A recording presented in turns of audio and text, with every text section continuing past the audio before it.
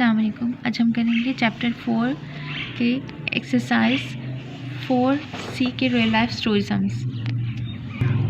Add और subtract to solve the problems. ठीक है, ये प्रॉब्लम्स दी हुई है, वर्ड प्रॉब्लम्स हैं। इनको हमने देखना है कि अब वैल्यूज़ को ऐड करेंगे या सब्ट्रैक्ट राइट स्टेटमेंट, इनके स्टेटमेंट भी लिखनी है साथ।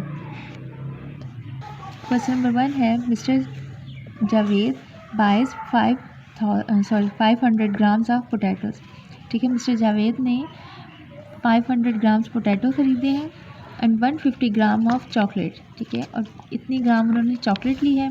450 ग्राम ऑफ पीनट्स। ठीक है, और उन्होंने पीनट्स मतलब मूंगफली ली है इतनी एंड 300 ग्राम्स ऑफ शुगर। ठीक है, और 300 ग्राम उन्होंने चीनी ली है। Find the total mass of his shopping. ठीक है, जब मास की बात हो रही है तो मतलब उनका वेट फाइंड करना है कि उन्होंने कितने वेट की टोटल शॉपिंग की है। देखेंगे mister Javed buys is equal to, उन्होंने क्या चीज़ें ख़रीदी थी, पोटैटोज़ कितने ख़रीदे थे, उनका मास साथ लिखते हैं 500 ग्राम। ठीक है, चॉकलेट्स का वेट कितना था जो उन्होंने ली थी 150 ग्राम। पीनट्स है, पीनट्स का वेट कितना था 450 ग्राम। ठीक है, और शुगर इसका वेट था 300 ग्राम। ठीक है, तो टोटल मास ऑफ शॉपिंग, इन सब वैल्यूज़ को सम कर देंगे। इन सबको सम करेंगे तो इसका आंसर क्या आ जाएगा, 0 है सारे तो 0 ही। 0 + 5 5, 5 + 5 10, 10 + 0 तो 10 ही रह जाता है। 10 का 0 लगाएंगे और 1 कैरी हो जाएगा। 5 + 1 6, 6 + 4 10, 10 + 3 13 और ये 1 14। ठीक है, तो total mass of his shopping is 1400 gram. Next है question number 2। A basket of grapes weight 8330 grams. ठीक है, एक अंगूरों की टोकरी है और इसका वज़न इतना है। If the basket itself weight 780 gram. ठीक है, कह रहे हैं कि जो बास्केट है अगर उसका अपना वज़न इतना है तो what is the mass of the grapes, तो उसके अंदर जो अंगूर हैं उनका वज़न कितना होगा। ठीक है, उनका मास कितना है। ठीक है, तो टोटल मास हमारे पास है किसका, मतलब ग्रेप्स विद बास्केट। ठीक है, तो वो कितना हमारे पास है 8330 ग्राम्स। ठीक है, मास ऑफ बास्केट दिया हुआ था वो कितना है 780। ठीक है, तो 100 की जगह पर उसकी वैल्यूज़ पुट करनी है। ठीक है, 7 फिर 8 फिर 0 और यहाँ पर ग्राम। अब हमने फाइंड करना है मास ऑफ ग्रेप्स, वो कितना है। अगर इस वैल्यू में से इस वैल्यू को माइनस कर दें, ठीक है, तो हमारे पास मास ऑफ ग्रेप्स आ जाएगा, जो कि कितना है। अब इसे माइनस करते हैं, 0 - 0 0, 3 - 8 नहीं हो सकता, 7 वाली वैल्यू से 1 बोरो तो यहाँ पर 2 रह गया और ये अब 13 बन गया। 13 - 8 5। ठीक है, 2 - 7 नहीं हो सकता, फिर इस वैल्यू से 1 बोरो करेंगे, यहाँ पर क्या रह गया 7 और ये क्या बन गया 12। 12 - 7 5। ठीक है, और 7 - 0 कर लेंगे, 7 के नीचे कुछ नहीं है तो एज इट इज़ आ जाएगा ग्राम। ठीक है, तो ग्रेप्स का हमारे पास वेट कितना है 7550 ग्राम्स। नेक्स्ट है question number 3। Father buys 4250 grams of vegetables. ठीक है, अबू ने सब्जियां खरीदी हैं और इनका वेट कितना है इतना, एंड 385 ग्राम्स ऑफ फ्रूट, और फिर उन्होंने फल लिए हैं, ये फ्रूट्स लिए हैं और उनका वेट इतना दिया हुआ है। How much does his shopping basket weight. ठीक है, जो उनकी शॉपिंग बास्केट है अब उसका वेट हमने फाइंड करना है कि भाई इन दोनों चीज़ों का, वेजिटेबल और फ्रूट्स का वेट कितना हो गया। ठीक है, तो मास ऑफ वेजिटेबल इसे लिखेंगे और कितना था मास ऑफ वेजिटेबल 4250 ग्राम।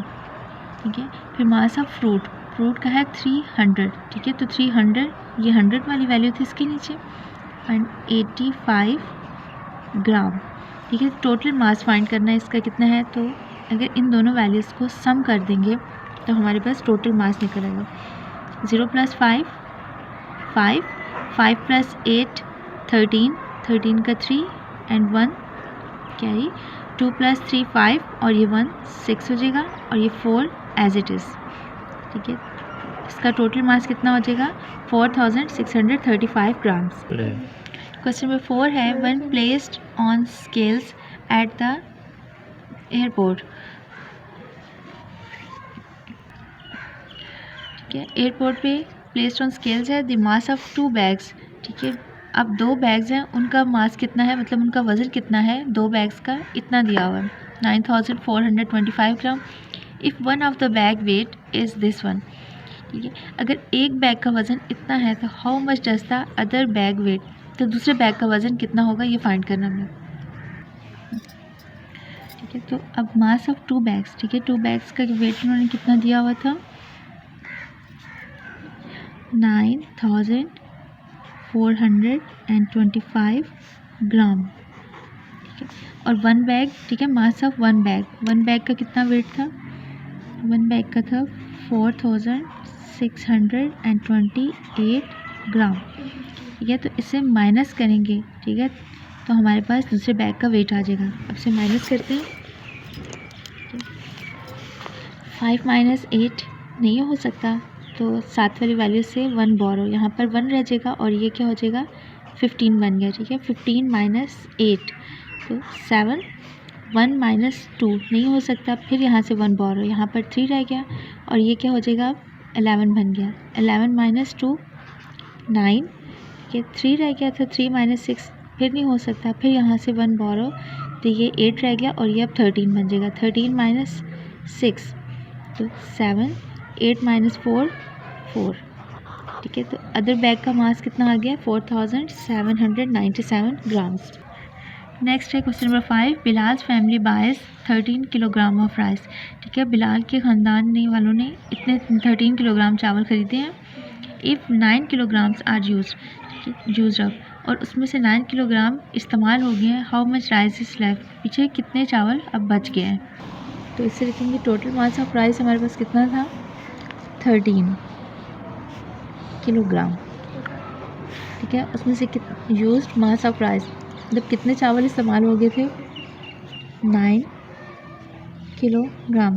ठीक है, तो लेफ्ट मास ऑफ राइस आप इस तरह से भी लिख सकते हैं। ठीक है, तो ये हम किस तरह फाइंड करेंगे, इसे माइनस करके। ठीक है, लेफ्ट मास ऑफ राइस